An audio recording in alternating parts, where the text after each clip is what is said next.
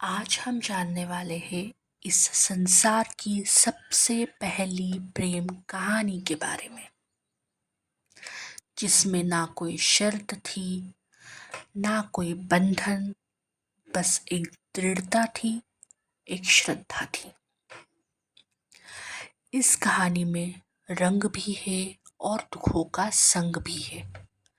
यह है शिव और सती की अमर प्रेम कहानी, जिसमें प्रेम है, त्याग है और अंत में एक नई शुरुआत है।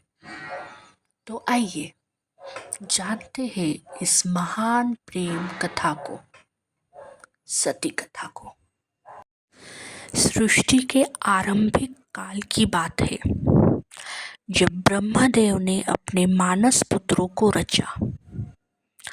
उन्हीं में से एक थे दक्ष प्रजापति, अत्यंत बुद्धिमान परंतु उतने ही अहंकारी।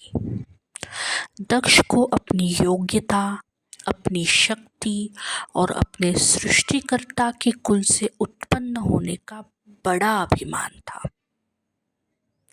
उन्होंने वर्षों की तपस्या की और देवताओं से संतान की प्राप्ति के लिए वरदान पाए। उनकी यह तपस्या रंग लाई और उन्हें एक अत्यंत दिव्य कन्या की प्राप्ति हुई, वही जिसे हम आज देवी सती के नाम से जानते हैं। माता सती का जन्म किसी साधारण कन्या की भांति नहीं हुआ था। उनका स्वरूप स्वयं शक्ति का अंश था। कहते हैं वह स्वयं आदि शक्ति का अवतार थी। दक्ष को अपनी पुत्री पर बहुत गर्व था, लेकिन साथ ही उसके मन में एक अभिलाषा थी कि वह अपनी इस कन्या का विवाह किसी महान देवता, किसी वैभवशाली राजकुमार या किसी प्रतिष्ठित गृहस्थ से करेगा।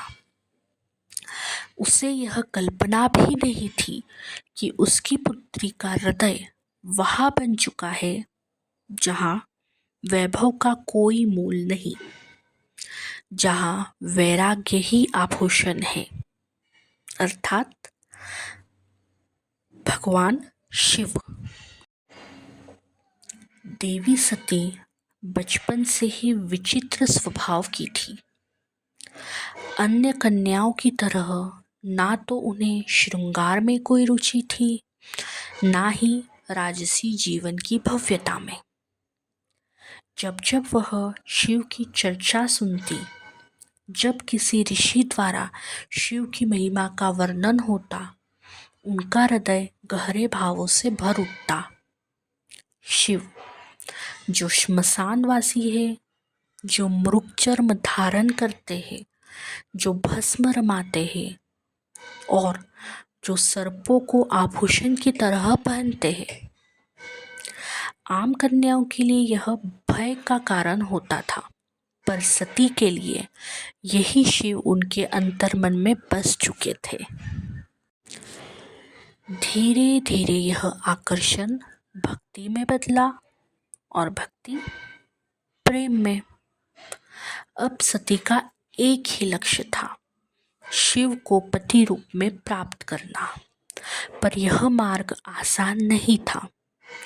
जब राजा दक्ष को सती की इच्छा का आभास हुआ तो वह क्रोधित हो उठे। उनकी आंखों में तो शिव एक जंगल में भटकने वाले योगी मात्र थे। उसने सती को समझाने का प्रयास किया कि वह किसी योग्य, राजसी और सम्माननीय वर को चुने, पर सती अब निर्णय कर चुकी थी। उन्हें किसी धन, वैभव या पद की आवश्यकता नहीं थी। उन्हें चाहिए था वह परम पुरुष जो संन्यास में भी पूर्ण है, जो मौन में भी संपूर्ण है। और इसी लक्ष्य के लिए सती ने आरंभ की कठोर तपस्या। पर्वतों की गुफाओं में प्रचंड वायु और वर्षा के बीच सती ने भोजन तक त्याग दिया। उन्होंने पृथ्वी पर बैठकर खुले आकाश में बिना निद्रा केवल शिव के ध्यान में लीन रहकर दिन, सप्ताह और महीनों तक तप किया। देवताओं तक को आश्चर्य हुआ कि एक कन्या इतनी कठोर तपस्या कैसे कर सकती है। और जब उनकी तपस्या की अग्नि ने त्रिलोक को प्रभावित करना शुरू किया, तब अंततः भगवान शिव ने उनकी भक्ति को स्वीकार करने का निर्णय लिया। सती अपनी तपस्या में लीन थी। उनका एकमात्र उद्देश्य था शिव की प्राप्ति।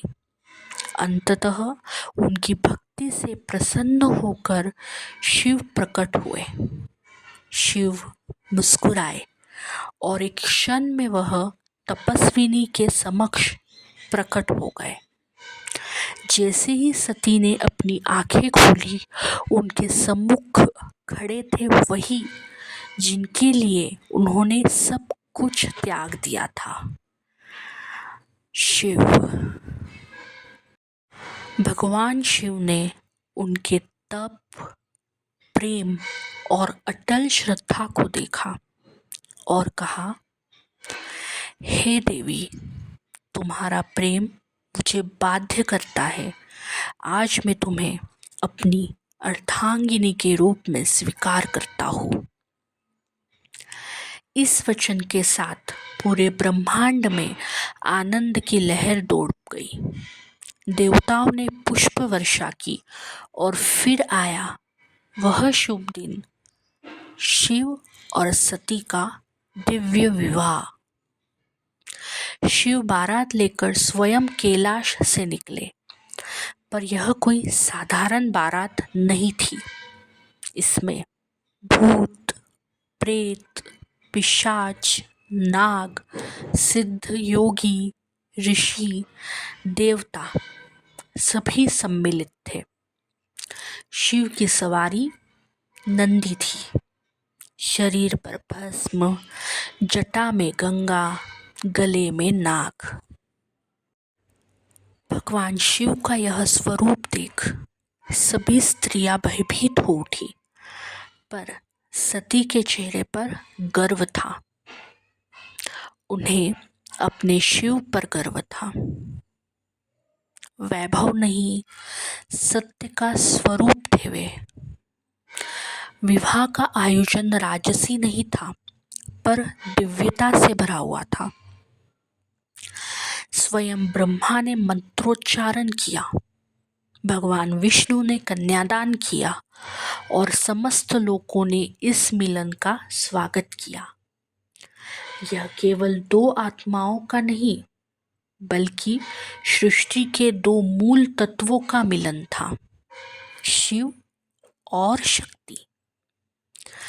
लेकिन इस भव्य विवाह में एक स्थान रिक्त रहा, सती के पिता दक्ष प्रजापति का। वह नहीं आए, ना ही कोई संदेश भेजा, ना ही कोई आशीर्वाद, क्योंकि उनके लिए यह विवाह एक अपमान था। उनके अभिमान को यह विवाह एक चुनौती था। समय बीतता गया। कैलाश पर्वत पर शिव और सती का जीवन शांतिपूर्वक और आनंद से व्यतीत हो रहा था, पर दूसरी ओर दक्ष के मन में अहंकार की अग्नि जल रही थी। उसने एक विशाल यज्ञ का आयोजन किया, जिसमें समस्त देवी देवताओं और ऋषियों को आमंत्रित किया गया, परंतु भगवान शिव को नहीं। जब सती को इस यज्ञ का समाचार मिला, उनका हृदय व्याकुल हो उठा। उन्होंने भगवान शिव से वहां जाने की अनुमति मांगी।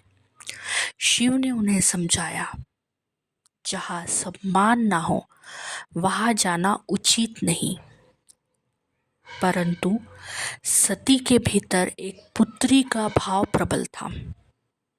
अंततः शिव ने माता सती को अनुमति दे दी। अनुमति मिलते ही माता सती अकेले यज्ञ स्थल पर पहुंची। वहां उनका ना कोई स्वागत हुआ ना कोई सम्मान। जब उन्होंने अपने पिता से प्रश्न किया तो दक्ष ने शिव का अपमान किया। यह सुनकर सती का हृदय टूट गया। उन्होंने सभा में खड़े होकर कहा, जिस शिव के बिना कोई यज्ञ पूर्ण नहीं हो सकता, उस शिव का तुमने अपमान किया है। फिर उन्होंने निर्णय लिया, जिस शरीर ने मेरे प्रभु का अपमान सुना वह अब इस संसार के योग्य नहीं। और यह कहकर माता सती ने यज्ञ अग्नि में स्वयं को समर्पित कर दिया। जब यह समाचार भगवान शिव तक पहुंचा, उनका क्रोध प्रलय बन गया। उन्होंने अपनी जटाओं से वीरभद्र को उत्पन्न किया, जिसने यज्ञ को नष्ट कर दिया और राजा दक्ष का वध किया। शिव स्वयं यज्ञ स्थल पर पहुंचे और माता सती के शरीर को उठाकर पूरे ब्रह्मांड में विचरण करने लगे, जिससे सृष्टि का संतुलन बिगड़ने लगा। तब भगवान विष्णु ने अपने सुदर्शन चक्र से सती के शरीर को खंडित किया। जहाँ जहाँ माता सती के शरीर के अंग गिरे वहाँ शक्तिपीठ बने। अंततः शिव हिमालय लौट गए और समाधि में लीन हो गए। पर यह कहानी यही समाप्त नहीं होती। सती का प्रेम, उनका त्याग और उनकी भक्ति, यह सब फिर एक नए रूप में जन्म लेने वाला था। यह अंत नहीं, बल्कि यह एक नई शुरुआत थी, शिव और पार्वती की अमर कथा की।